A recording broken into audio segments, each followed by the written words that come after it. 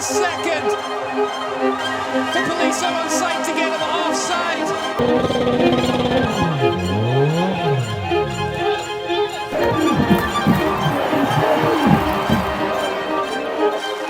I've never seen that in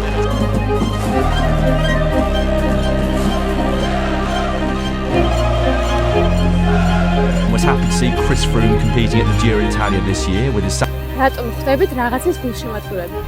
თავიდან ამ დამალობამ შემაშინა, მაგრამ მე მივხვდი რომ გულშემატკივრობა იმაზე მეტია, ვიდრე უბრალოდ გიყვარდეს რაღაც და მას მხარს უჭერდი. ამიტომ მას პრინციპალურად შევხედე და მივხვდი რომ ჩვენ ძალიან ბევრი რამის მიმართ ვართ გულშემატკივრები. და აი ეს იმით. რა თქმა უნდა, პირველ რიგში სპორტის მიმართ. სადაც სხვადასხვა სახეობა იყრის თავს. ჩემთვის ველოსპორტი და ამ სპორტის მიმართ გულშემატკივრობა უმთავრესია, თუმცა სოფლიოში ყველაზე მეტი გულშემატკივარი ფეხბურთს ყავს. გარდა ამისა, არსებობს შედარებით განსხვავებული გულშემატკივრობაც. რაც არ უნდა უცნაური იყოს, ეს შეიძლება იყოს წიგნის პერსონაჟის გულშემატკივრობა.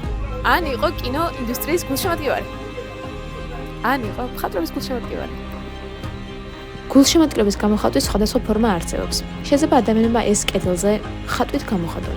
შეიძლება მუსიკა შექმნან.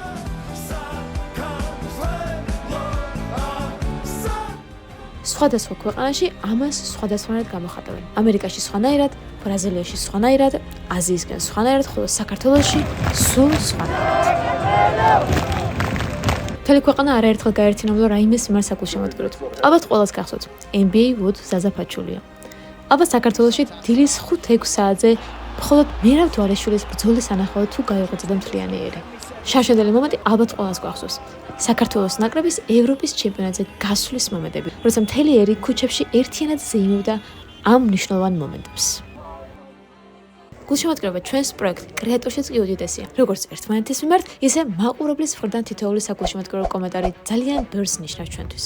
არაერთხელ მიგვიძინა ეს ემოციები ველო შეჯიბრებების დროსაც და ვიცი რამდენად დიდი ძალა აქვს ამას. და რადგანაც გულშემატკივრობის ესე ძალიან მჯერა, თითოეულ იმ ადამიანს გულშემატკივრობ, ვისაც გარკვეული მიზნების მიღწევა სურს. როგორც მაგალითად ლინაკოა, რომელმაც ძველი სახლის განახლება და ხელახლა აშენება გადაწყვიტა.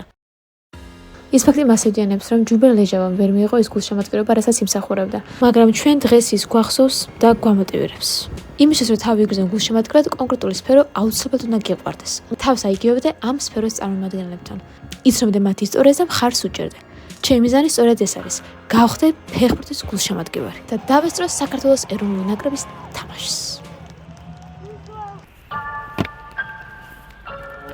ამიტომ თქვენ ახავთ თუ როგორ გავხდები ჩემთვის შედარებით უცხო სფეროს გულშემატკივარი. გავყევით. ყველაფერი ისტორიის შესწავლით იწყება. მოусმინე გადაცემებსა და პოდკასტებს. ისტორიის გაცნობისას ამ მომენტმა გამაუცა. ფეხბურთი მანამდე გამოიყო საბჭოთა კავშირს, სანამ ქვეყანა დამოუკიდებლობას გამოაცხადებდა. გარშემო ყველას ვეკითხებოდი ფეხბურთის შესახებ, გაიზიარებინათ ნებისმიერი ინფორმაცია, რაც ფეხბურთთან უფრო მიმაახლოვებდა. ვინადან ფეხბურთს არაფერი არ გამედება, გადაწყვეტა მეორე ბილეთი გადავცე ისეთ ადამიანს, რომელსაც ასე თუ ისე უყვარს ფეხბურთი, თან არის ველოსპედიც და თან გამცემს სამ კითხვაზე პასუხს. პირველი კითხვა. როგორ წელს მიიღო დინამომ თასების უფლება 1991 წლის 13 მაისი. მართლა იცის? მე ხადავე მართლა იცი? ვაუ.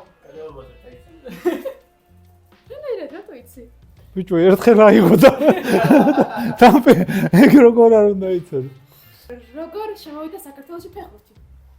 როგორ შემოვიდა და ფოთიდან შემოვიდა, ან მაინც ის იყო ინგლისელებთან. გემიდან და მოკლედ რა, ფოთში შემოვიდა პირველი მერცხალი დაერყვა. პირველი მერცხალი საწუხარდა როცა და არ მაქვს ანახი არც ფეულა და დღეს ორივეს უყურებ და უფრო და გავფეროვნე ჩემი ცოდნა. და მესამე კითხვა. კამერა ფეხბურთელი მითხარი. რა ნომერი იყო ყიფიანი? 10 ნომერი იყო ყიფიანი. ეს კი ვიცოდი ის. ყიფიანი იყო 10 ნომერი. რა ნომერია მიქაუტაძე? მიქაუტაძე ნაკრებში თუ სადაც თამაშობს იქ? ნაკრებში არ ვიცი. კვარაცხელია რა ნომერია? კვარაცხელია 7 ნომერია ის ვიცი. მიქაუტაძე მე მგონი 22 არის. საქართველოს ბანკმა გადაგოხსნა 2 ბილეთი, იმიტომ რომ უნდა გადავიღოთ ვიდეო გულშემატკივრობაზე. მე არ ვარ ფეხბურთის გულშემატკივარი, აზრზე ვარ ფეხბურთის საერთოდ და ვიფიქრე რომ მეთქი მამკა წავიღო მეთქი ჩემთან ერთად. ნამდვილად მორჩება და 9-ზე წამოვალ, რა პრობლემა. მიხარია წა. მე ძალიან გამიხარდა საერთოდ არ გელოდი. არა მოდი რომ თქვი შიფაში მოდი რაღაცა გადმოგცე ვერ ვიფიქრდი ალბათ რომ არა, ყველაფერს ვიფიქრებდი ფეხბურთის გოლს და დროა დამატებითი აქსესუარები ვეყიდოთ.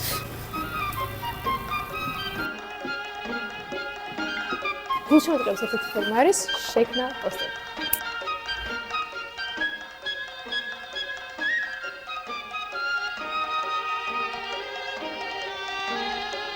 ეხლა დარჩა ერთ-ერთი ყველაზე მნიშვნელოვანი და რთული ნაწილი წარწერა.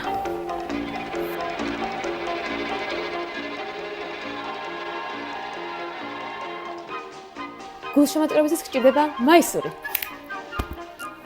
დამატებით გულშემატკივრებისთვის გჭირდება ბანერი. ჩემი ხელით შევქმნი წარწერაში განახარა მამუკა. იმიტომ მე ვერ ვიყავი ფეხბურთში და მე ესეთი ლამაზი წარწერა მათქებინა და დაბჭა სახეზე ნახატი და ეგ არის მიზად ვარ საგულშემატკივრად. რამდენს უძლებენ ნამდვილი გულშემატკივრები? თავი გამიჩერე. მგონი ძალიან კაია, მადლობა. ეს იქცუქა და ნახატი უძვარი. ხო და რაღაცას მიჩალიჩე. როგორ გრძნობს თავს ეგრეო გითხრათ?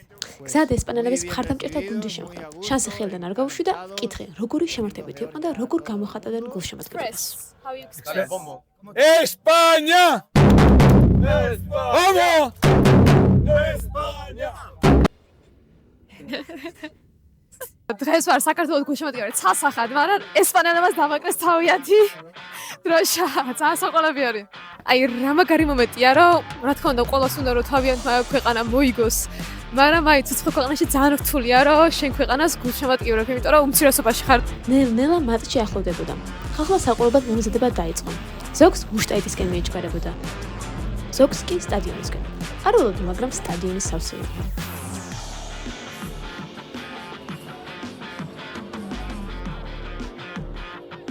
ცხოვრებაში პირველად ვარ ფეხბურთის თამაშზე და თან საქართველოს თამაშზე, რასაც ძალიან ამაღლებელი და ძალიან მიხარია. გულშემატკივრებას სჭირდება ერთ-ერთი მთავარი კომპონენტი, დროშა, რომელიც ჩემ ზურგზე ესე მოთავსდება.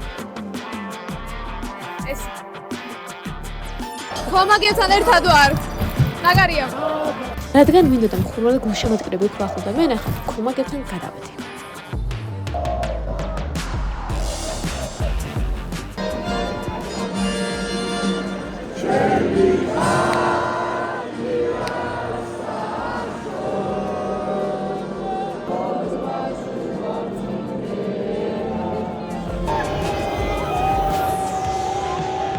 რას ნიშნავს შენთვის გულშემატკივრება? შენთვის გულშემატკივრება ნიშნავს მე-12 მოთამაშედ ყოფნა და ჩვენი ხალხისთვის, ჩვენი ფეხბურთელებისთვის გულშემატკივრებას მაშინ როცა საჭიროებენ ამას. საქართველოს გაუღალდა! მატჩს ესწრება 44,000 ადამიანი. ანუ რო წარმოიდგინოთ 44,000 გულშემატკივარი რამდენად ბევრია. რადგან ნაკრებს გოლი არ გაუტანია, სიხარული ჟირიამური დამაგრა და გამიჭირდა უფრო მეტად მეგრძნო თუ როგორია ნამდვილი გულშემატკივარი. ფეხბურთი ლუდის გარეშე არ მოსულა, ამიტომ როგორც გულშემატკივარი ლუდთან ერთად უყურებ ფეხბურთს. დაძაბული მომენტია. ცალსაყოლები არის. ყველაზე ყვირიან ამ ფეხბურთელების სახელებს და გვარებს და მგონი უკვე ყველა ვიცი. 8 ნომერი არის ბუდუ.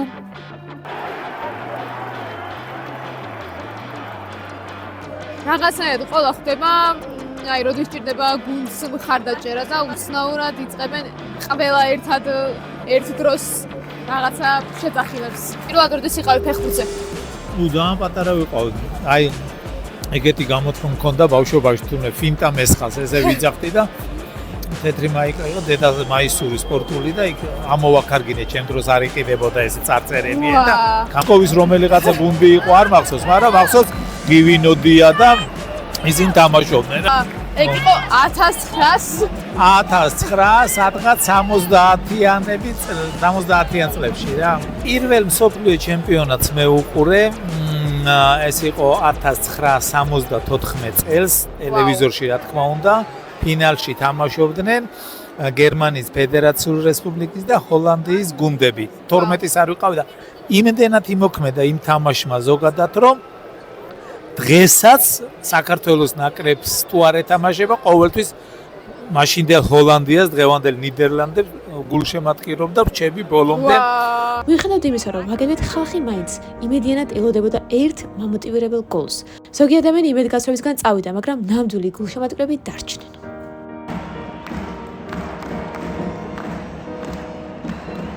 მივხვდი, რომ მხოლოდ გამოხატვა არაა მნიშვნელოვანი. მნიშვნელოვანია გიყვარდეს და გრძნობდე თითოეულ ემოციას.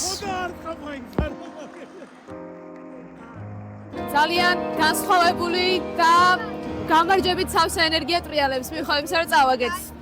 საბოლოო ჯამში რასაც ვფიქრობ ის არის რომ მნიშვნელობა არ აქვს წააგებ თუ არა. თუ ხარ გულშემატკივარი, მაინც ბოლომდე რჩები შენი გუნდის გულშემატკივარი და მაინც გიყვარს. და ალბათ უფრო იმაზე მეტად, ვიდრე მოგების დროს. მამუკა, რამდენად კმაყოფილი ხარ თამაშით და მიუხედავად იმისა რომ წავაგეთ, რას ნიშნავს გულშემატკივრობა რეალურად? მე ესე ვიტყოდი რა თამაშით არა ვარ კმაყოფილი, გულშემატკივრობა რა თქმა უნდა ნიშნავს ბოლომდე გულშემატკივრობას. მე მიჩვენია რომ მოვიგოთ მაინც რა, არ შეიძლება რომ ყველა წაგება გიხაროდეს და ვაჟკაცურად აგებდე. თუმცა ესპანეთი მაინც არ არის ის გუნდი რომ ჩვენ მოვუგოთ რა, ბოლოს და ბოლოს სოფლიოს და ევროპის მოქმედი ჩემპიონია. მაგრამ ნუ უნდა ვეცადოთ.